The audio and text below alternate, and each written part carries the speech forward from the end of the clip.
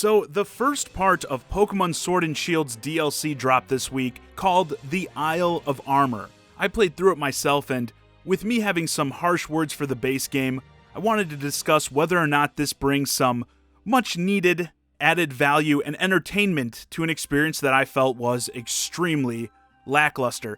Did GameFreak do right by the fans here? What do you think? Let's start with what I actually did like. I was happy to see the Isle of Armor is essentially one big, wild area. As I said in my original review, I think having these sorts of big, open environments where you can see tons of Pokemon frolicking, other trainers out on their adventures, link up with others to do raid battles and that, is a highlight. It makes the game so much more immersive, even if, just like in the base game, it chugs big time when you're synced up to online here. And as a result, you'll probably explore mostly with the online stuff turned off, but still, I think pushing the big open areas is the way to go, and hopefully they'll continue to build on this in the future. It's cool too that they brought the companion Pokemon deal back, so in the Isle of Armor you can have a Pokemon running around with you just like in Let's Go. Now it's not as cool as Let's Go, where you could like ride the different Pokemon in that, and the following animations and the way Pokemon don't seem to really know how to keep pace with you is kind of weird, can make it kind of distracting, but it's still cool being able to have all these Pokemon follow you. Having something like a Wailord trailing behind you it's awesome. Also similar to the base game, I actually really liked some of the new characters, even if with this DLC's incredibly short runtime, you don't really get much chance to flesh them out. Your new rival in Shield anyway, Avery, I enjoyed how he's one of those really cocky characters, but even in story, it's all just talk, and he's actually pretty incompetent, with other characters often even making reference to how lame he is. I like this especially because it makes sense when, as with most trainers in Sword and Shield, when I one-shot all his Pokemon in just about every battle, he goes on like, oh, I just let you win. I don't know if you're worthy actually to join our dojo. Like, okay, dude, is it even possible for me to wreck you any harder? But given his character, it actually makes sense in story that he would act like this, even though I'm just consistently decimating his team. The dojo leader, Mustard, is pretty cool. He does the typical wise master deal where he looks all weak and frail most of the time, but when he battles, he tears his jacket off and he's all ripped and ready to go. Also, when he's not giving you orders, you can find him in the dojo's recreation area playing on a Nintendo Switch. Thought that was a cool implementation. But yeah, this story, as I mentioned, is extremely short. When you arrive on the island, you're met with your new rival, and after obliterating his team, you enter this dojo, meet Mustard, their leader, and become a student there. You gotta complete, like, a series of 3, I think, simple quests, and are then awarded with a new Pokemon, Kubfu, and are tasked with bonding with him before you progress through a challenge tower to have him evolve. I genuinely really like the idea of a narrative focused on you actually befriending a Pokemon. I think it's a great idea in itself, but the way it's executed here is incredibly weak. When it's time to bond, quote-unquote, with Kubfu, you essentially just get a bunch of waypoints on the map and have to go to these lookout points to, I don't really know, I guess take in the beauty of the island with Kubfu, and that's it. Then you go to the tower I mentioned. You actually choose between 2 towers, and the choice will decide which evolution of Kubfu you get. So yeah, you go in and have, I think 5 trainer battles, and they're just one after the other. No interesting puzzle element or anything like you get in the gyms of the main game. And then after that, Kubfu evolves. I thought there should have been way more narrative in this. Make it feel like a real journey or something you go on with Kubfu, because I actually thought Kubfu's intro cutscene was fantastic, where he's doing all his cute little kung fu moves and then he sees you and gets all scared and shy. I think it could have been really awesome actually seeing Kubfu go from being this timid character and again having an actual story with sequences of the two of you bonding and becoming closer.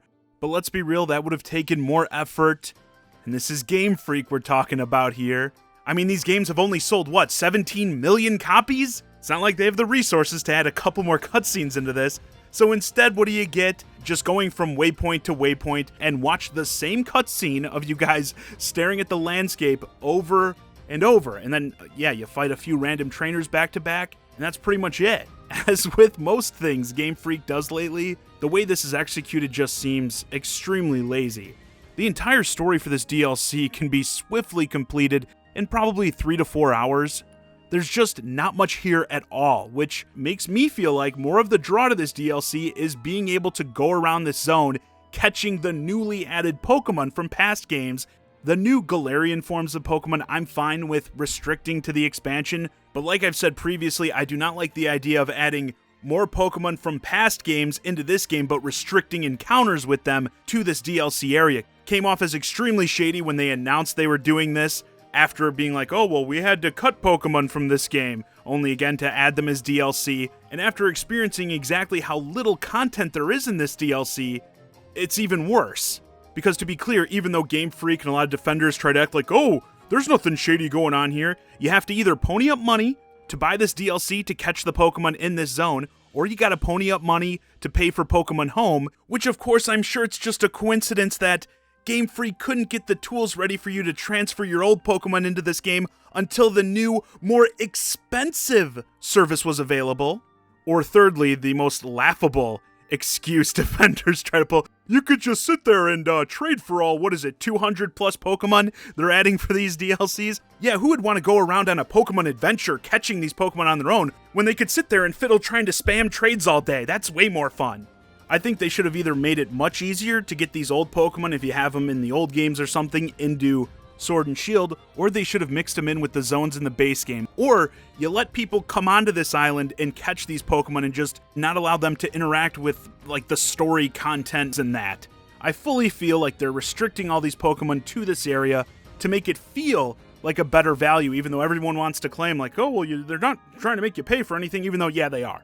Now, the thing I actually like most about the expansion comes after you finish this little story. Once you're finished with it, you get access to restricted battles. If you're familiar with the Pokemon Battle Tower in the base game, this works very similarly. You battle a bunch of randomized trainers for BP, battle points, with all the Pokemon being set to level 50, but there are restrictions. For one, all of the Pokemon on your team have to share the same type.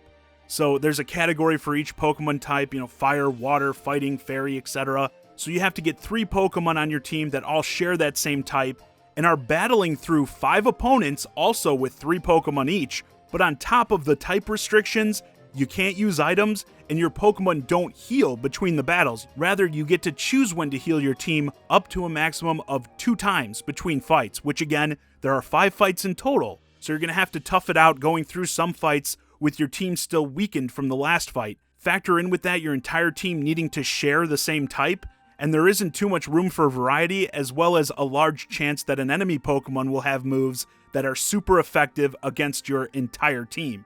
This is by far the most challenging content offered up in Sword and Shield so far. It requires a fair deal of strategy. I'd even go as far to say maybe a bit of luck as well to get through all 5 matchups. You do get BP after winning every fight, so it's not like you're wasting time if you can't get through all 5. And I will say, I'm definitely motivated to try and complete each type of battle at least once. The thing is, though, this doesn't really feel specific to the Island of Armor content. Like, I feel like this should have been just a separate mode in the Battle Tower. I don't see why it needs to be restricted, for lack of a better word, to this DLC. Again, it's really just the Battle Tower, but with a unique rule set. It's not like there's really any big new features added here. So honestly, there are things I like in this DLC, but I don't think it really adds much new content that I don't think should have been included in the main game. Like myself, as someone who is definitely not going to pay for a Pokemon Home subscription, and also no, I'm not going to sit there for hours on end spamming trades, the most value I'm going to get out of this is going around and catching those old Pokemon from past games that I think should have been available for people to get into this right from the get-go. The story content is incredibly weak and feels rushed, just like the entirety of Sword and Shield have so far. I definitely don't think the value is here. Remember, this DLC pack cost $30 for the 2 expansions, so if you want to say the Isle of Armor is effectively $15, I do not think there's $15 worth of content here, with what is supposed to be the main attraction offering up like 3 to 4 hours of content, and more importantly, not even like a very interesting 3 to 4 hours. And something like the restricted battles that I do love, once more, really aren't that unique from the Battle Tower. If you want to include that in the value, you're essentially paying to access a special rule set for the battle tower. That's what it feels like to me. As I said in my original review, Pokemon Sword and Shield felt lackluster, bare bones, and it's looking to me like this DLC will be no different. I mean, maybe with the extra development time, the Crown Tundra DLC will make up for things. Perhaps it will be significantly more expansive. But yeah, with how this game has been handled so far, it's hard for me to have much hope for that. If we're considering this to be the first half of the content, though, I've got a bad feeling about this. Anyway, with that, this video's a wrap. Let me know your thoughts on the Pokemon Isle of Armor DLC in the comments. What are your thoughts on this first part of the expansion? Do you think it was worth the price of admission? And how are you feeling about the second piece of DLC in this package, going off of what we saw in the first? Hey guys, I hope you enjoyed this discussion of the Pokemon Sword and Shield Isle of Armor DLC. If you're new to the channel, please consider subscribing. And if you want to keep the conversation going, hit me up on Twitter @JohnnyZakari and join my Discord, ChiGuy and Friends. Link to both in the description below. And as always, thanks for watching.